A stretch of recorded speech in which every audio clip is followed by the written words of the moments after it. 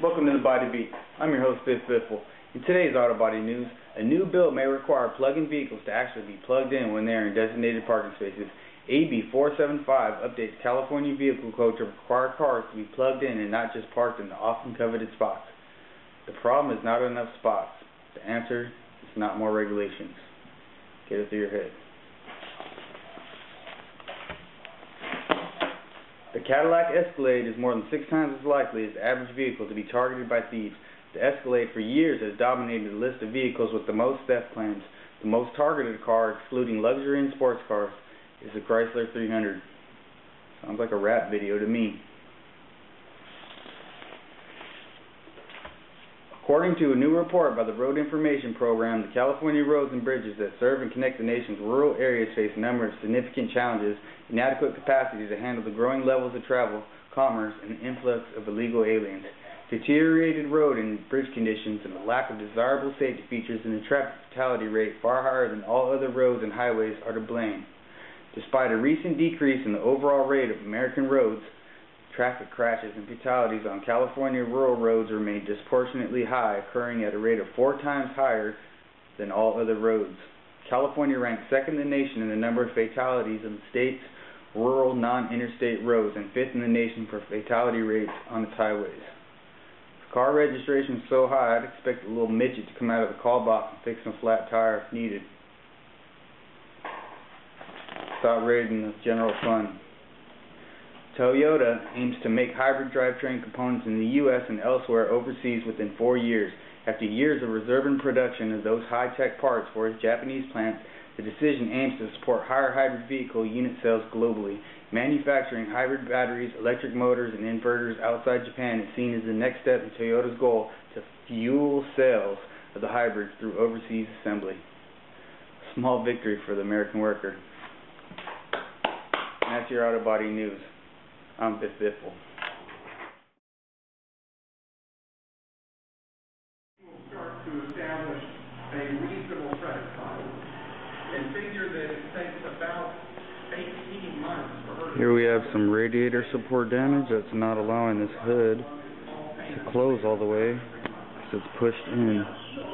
So what I'm going to do is I'm going to use this pogo stick and pull it out instead of putting it on the rack. Save a lot of time by just taking off the bumper and using your pogo stick and have it up against the reinforcement bar and pull near the hinge area, and that should fix the problem. First I'll get the bumper off and then I'll get the hinge off.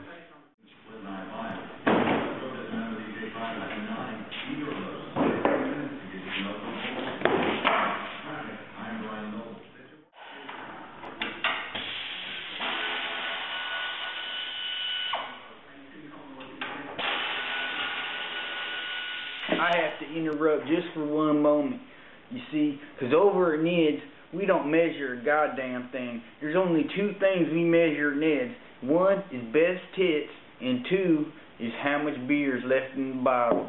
And that's about it. But anyways, when you're doing your radiator support and you ain't going to measure, and your hood's lifted up like that, as soon as you take the latch off, you want to take your rubber seal off the hood, and you want to get down there and look to see where it's touching the radiator support, and that's going to tell you where it's high at. And then you want to take your pogo stick or polo stick or whatever in the hell you call it, and you want to use that. I personally just use a big old sledgehammer and just hammer away, but whatever suits you best. Notice how the gap gets small right here. This is where it was impacted. This is where the hinge is holding the hood.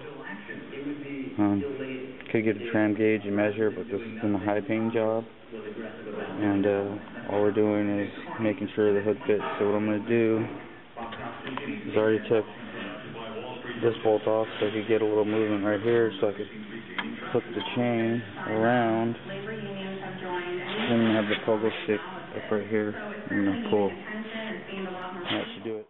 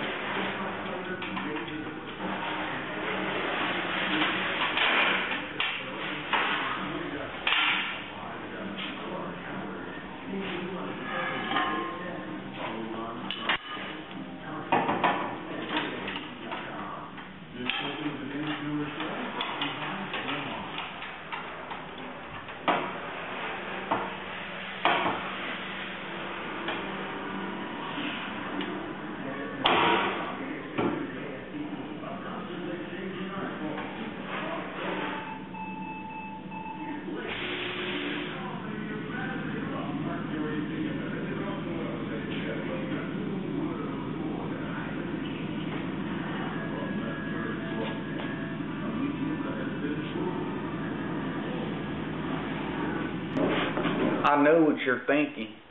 You're thinking about that little thingamajig right in front of the radiator support. You know, that thing was mangled when it came in Ned's, so we don't really care. We just leave it on there, and then we just have our dog Russ just chew up on it and have him pull on it in a certain way, and then it goes back to normal, and it's all better. Really authentic grassroots, popular. That looks a lot better. So now what I'm going to do is finish straightening this one. This is where the bumper lies. And I'm going to try to fit everything up.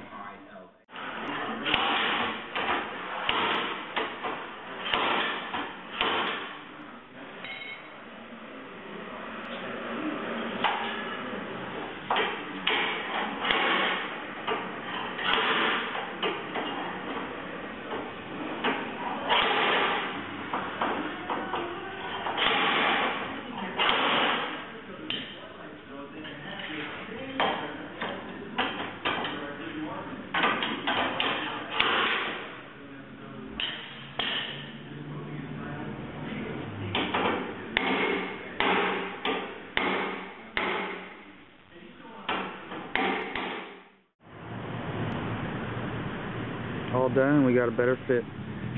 There's one thing to mention on this when you're doing Hondas, and any radiator support where it has a small support going from the upper to the lower support and the hinge bolts onto it, that's usually going to get messed up when your hood doesn't fit, because that's what gets pushed in or pushed up. It's really hard to align back up. So usually you want to replace that. We didn't replace it, so what we did is we just hammered it down because the owner didn't want to replace it. So that's about it.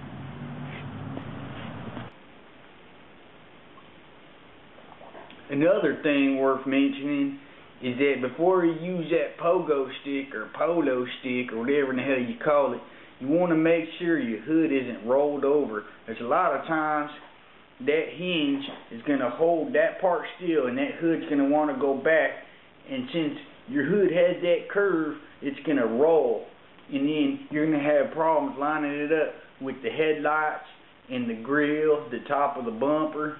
So you want to make sure there's no damage under there. So take off your rubber seal under your hood and have a look, and have a real good look at it at different angles from the top. Otherwise, you'll be compensating for that somewhere else, and you'll be actually making damage instead of fixing it.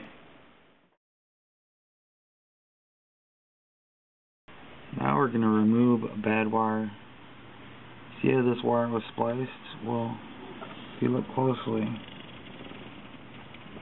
see the insulation was burned. And it's just wire that's raw, rubbing up against metal. And I followed it all the way over here to this ground. And look at that. You can see copper right there. So I'm going to take that wire out and I'm going to replace it.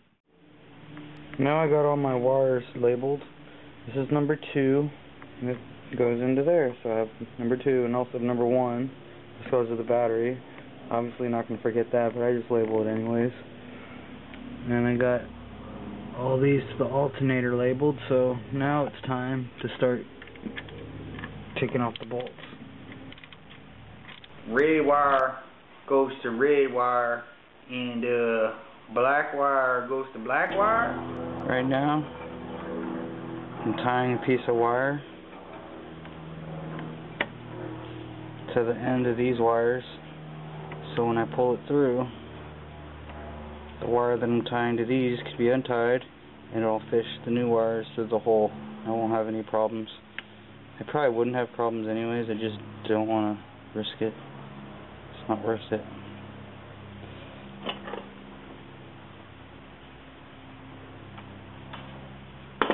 So there you go.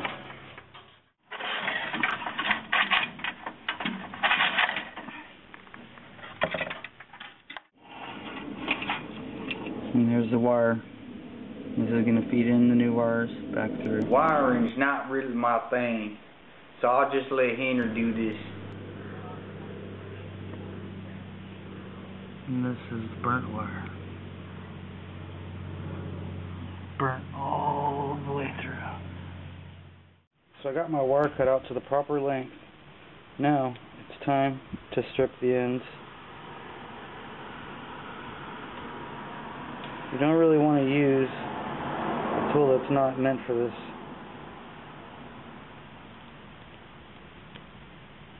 It's easy as that.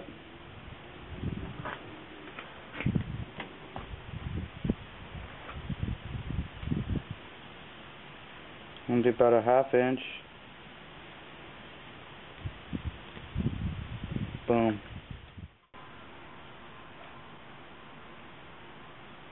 A lot of guys do this in different ways. This is how I do it. I'm not saying it's right. I haven't been doing electrical for very long, but I find this way to work pretty good. And I always get rosin cord and the thin wires. Thin wires melt quicker. Not trying to melt it onto the tip and then transfer it over. You're trying to get the wires hot enough to infuse it directly to the wires.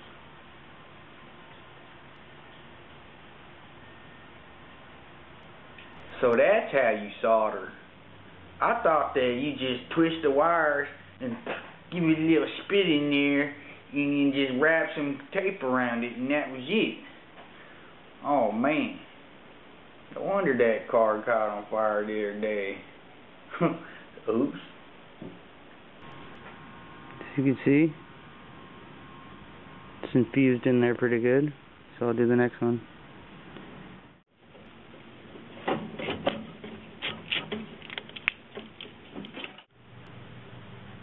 Now I got it encased into the wire wrap. I stopped right here because I don't know what this is for. And the hole is going to be right around here. So it'll look cool when you see this coming out of it. And here's electric tape underneath. And the ends of these wires don't all meet up with the longest wire right here. So I put some temporary tape on there, just so they don't get in the way of when I fish it through. And here's the wire right here that I'm going to fish it through with. Got it fed through the hole. As you can see, it's protruding out the hole a little bit right here. So now I just reference the tape numbers so I could know which connector to connect it to. But before I connect them, I'm going to sand on the connections a little bit, so you get less resistance. And that's pretty much it.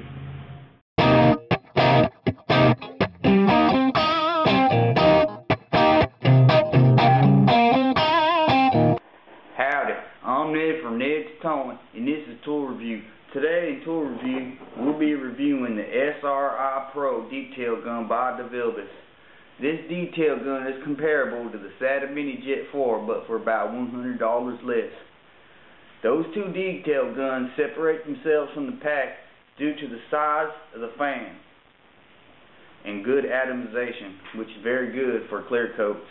You don't want to be spraying any clear coat with a small fan or horrible atomization, so that makes this gun very good, and it makes it spray like a full-size clear gun. What comes with this gun is a DeVilbiss D-cup system. No, not those D-cups. And these are the parts that it comes with.